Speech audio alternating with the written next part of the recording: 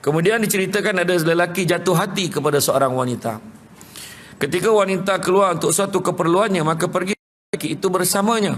Sesampai di kampung yang sunyi, ketika orang-orang sudah tidur, lelaki itu menyampaikan maksud hatinya. Dia mengajak perempuan buat benda tak elok.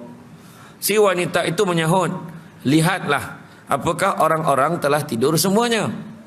Dia nak, adalah projek yang dia nak buat. Dia ajak perempuan ni, faham ke tak faham ni? Faham, tak payahlah saya cerita-cerita orang, faham dah kan? Perempuan tu diajak oleh lelaki itu untuk bersama. Perempuan tu kata, kau pergi tengok orang dah tidur ke belum? Dengan demikian lelaki itu seronoklah, dia mengira hati dia, maksud hatinya hendak dikabulkan. Wah, perempuan ni setuju lah dia. Dia ingat macam tu, dia suruh cek, kau tengok line clear ke tak? Tengok orang dah tidur ke belum? Kata macam tu. Dia mengelilingi kawasan itu dan melihat-lihat sejenak. Setelah jelas orang-orang telah tidur, dia yakin semua orang dah tidur. Tengok rumahnya, tengok rumah semua golap dah, tidur dah semua ni. Dengan segera dia menghampiri wanita seraya berkata, dia hampir ke wanita tu balik, lalu dia berkata, benar semua orang telah tidur. Lalu wanita itu bertanya, bagaimanakah pendapatmu dengan Allah? Apakah saat ini dia juga tidur? Terperanjat dia dengan soalan tu. Dia terlupa je, dia tak pula Allah tak pernah tidur. Syekh Ibrahim Adham pernah tanya, kalau kalian nak buat maksiat, jawab 5 soalan ni. Apa 5 soalan? Pertama, kau cari tempat yang mana Allah tak nampak kau. Jumpa tak? Tak jumpa. Yang kedua, kau jangan makan rezeki yang Allah bagi. Makan rezeki lain, tak dapat dah. Yang ketiga, kau jangan duduk di atas muka bumi Allah, cari muka bumi lain pun tak dapat. Yang keempat, waktu malaikat maut datang nak cabut nyawa kau, kau minta postpone. Wahai manusia, aku nak cabut nyawa kau, besok lah datang kau nak kuliah. Boleh tak? Tak dapat dah. Tak capek, tak lambik, kalau dah tu time matilah. Dan yang kelima, waktu kau nak dimasukkan ke dalam neraka, kan, pada ketika itu kau minta tangguh, kau nak ibadah dulu, kemudian barulah kau cakap, bagi aku ibadah, kau tentukanlah aku masuk neraka syurga, pun tak dapat. Akhirnya jangankan 5, 1 soalan pun kita tak boleh nak jawab. Jadi janganlah, kan. Tu sebab perempuan ni tanya, pada pendapatmu adakah Allah juga tidur? Maka pada ketika itu lelaki itu jawab, sesungguhnya Allah tidak pernah tidur. Wanita itu lalu berkata lagi, sesungguhnya zat yang tidak pernah tidur akan melihat kita, meskipun manusia sedang tidur lelap tidak melihat kita. Oleh kerananya, dia lebih berhak kita takuti. Dengan segera lelaki itu meninggalkan perempuan itu kerana dia takut kepada Allah. Dia pulang ke rumahnya dan bertaubat. Setelah dia meninggal dunia, ada seorang bermimpi bertemu dengannya, lalu ditanya, apakah yang dilakukan oleh Allah kepadamu? Lelaki itu menjawab, Allah telah mengampuniku kerana ketakutanku dan meninggalkan dosa itu. Allah ampunkan dosa kita, kan? Allah ampunkan dosa kita sebab kita rasa takut tu. Ya Allah, tak naklah buat macam tu, kan? Ini kadang-kadang kawan tanya, weh, jom kita pergi rumah sembelihan ayam, ada macam tu kat Thailand. Rumah penyembelihan ayam di Thailand, kawan ni ajak. Faham tak ke? Rumah nyembelih ayam kat Thailand. Okey, faham betul-betul. Saya tak nak cakap tu orang ni. Macam tu lah, yang faham, tak faham bisik kawan dia tu. Dia pergi, jomlah kita pergi. Kawan dia seorang cakap, kau tak takut ke Allah? Allah nampak, tahu tak? Dia seorang, alah kau ni, time ni nak jadi baik pula kau. Ada seorang tu pula jawab macam tu. Jadi tak datanglah keampunan untuk dia. Tapi kalau, tak pula lah Allah nampak. Tapi yang paling mahal sekali orang kita ni, ada tengah tu, dia pergi sanun, pergi rumah sembelih ayam ni, dikojokan ayam tu betul-betul. Dah habis dia mengojokan ayam tu, dia keluar, lapar perut dia boleh tanya, weh, kat mana nak cari restoran halal? Boleh pula cari restoran halal. Dia mengajarkan ayam tadi, dia tak tanya halal haram, kan? Tamu terdarah dia tanya restoran halal, usah betul dah perangai, kan? Itulah orang kita ni. Dia kadang semayang tak semayang dah, kadang tak semayang, pergi tanya, ni halal ni? Tanya. Kadang tu sebab kita ni menyeluruh kena jaga. Itu sebabnya Nabi sebut, dunia ini penjara bagi orang mukmin, syurga bagi orang kafir. Apa maksud syurga bagi orang mukmin? Apa maksud penjara bagi orang mukmin? Maksud penjara? Penjara macam inilah, ruangnya mungkin pendek, macam ni kecil. Saya pernah pergi penjara Seremban. Memang kalau nak insaf pergi penjara Saman. Bukan apa, dia masih ada lagi bangunan penjara yang blok lama tu, yang mana bilik dia lebih kurang daripada sini sampai ni ni je panjang dia.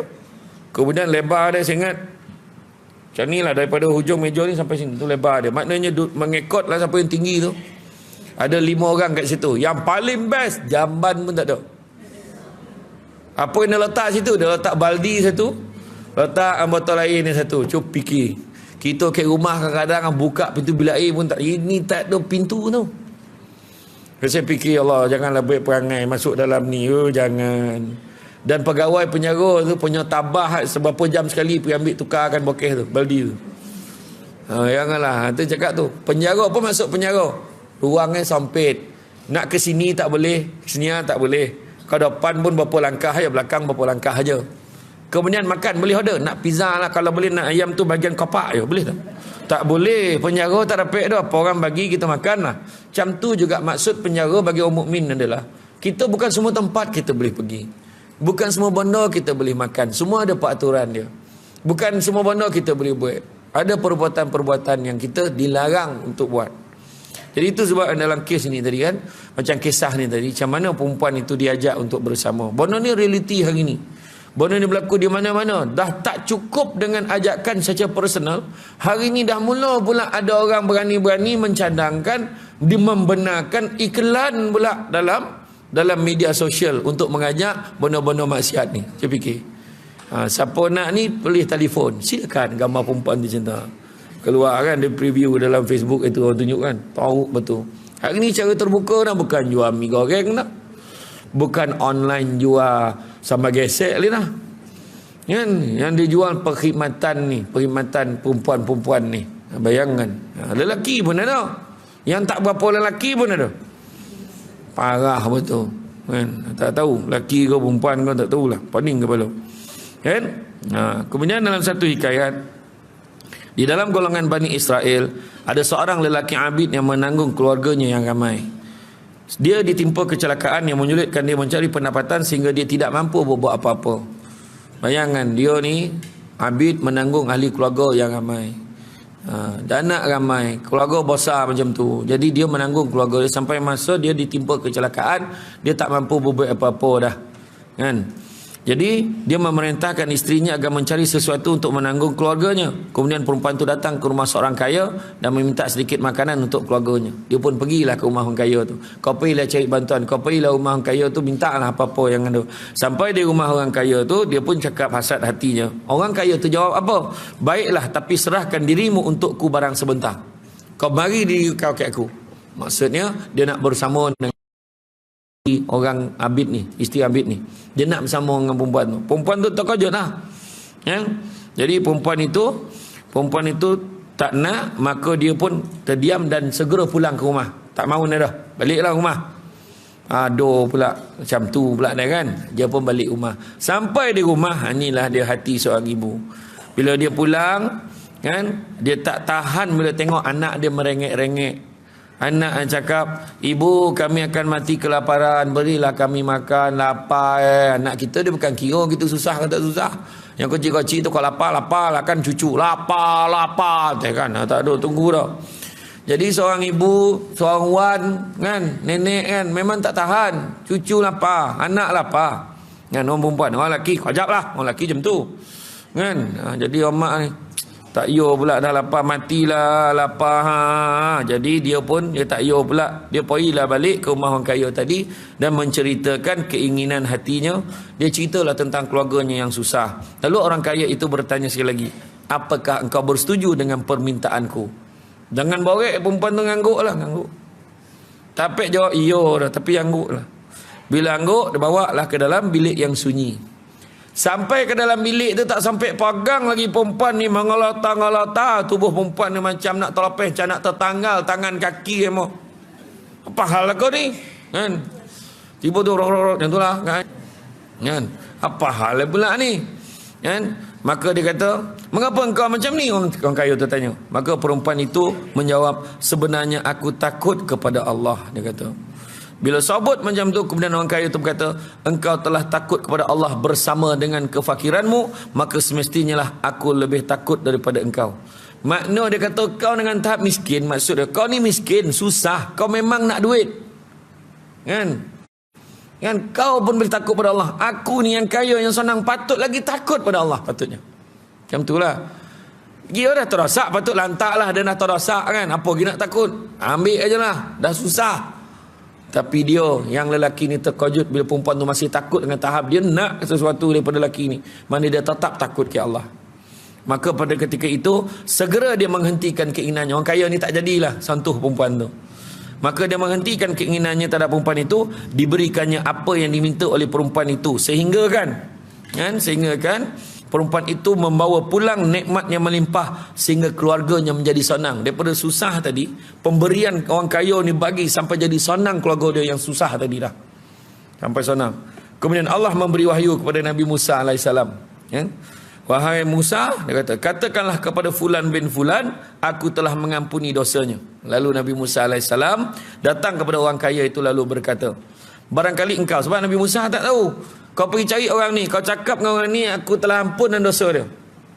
Maka Nabi Musa pun pergilah, sampai macam tu sekali, suruh sampaikan, hebat tak hebat orang ni. Allah suruh sampaikan, suruh Nabi Musa sampai kat dia yang dosa dia telah diampunkan. Maka dia kata, sesungguhnya, dia kata, barangkali engkau telah berbuat suatu kebaikan antara engkau dan Allah. Lalu orang kaya itu menceritakan apa yang telah berlaku antara dia dengan perempuan tadi. Kan? Dan Nabi Musa AS berkata, sesungguhnya Allah telah mengampunkan dosa-dosamu. Demikianlah tersebut dalam kitab Majma'ul Lataif, dirawikan daripada Nabi Muhammad SAW. Baginda bersabda, sesungguhnya Allah telah berkata, aku tidak mengumpulkan pada hamba-Ku dua ketakutan dan dua keamanan. Kita ni takkan ada dua ketakutan, takkan ada dua keamanan. Dia satu-satu je. Satu ketakutan, satu keamanan. Maksudnya, barang siapa yang takut kepadaku di dunia, akan aku amankan dia di akhirat. Tapi barang siapa yang merasa aman dariku di dunia, aku akan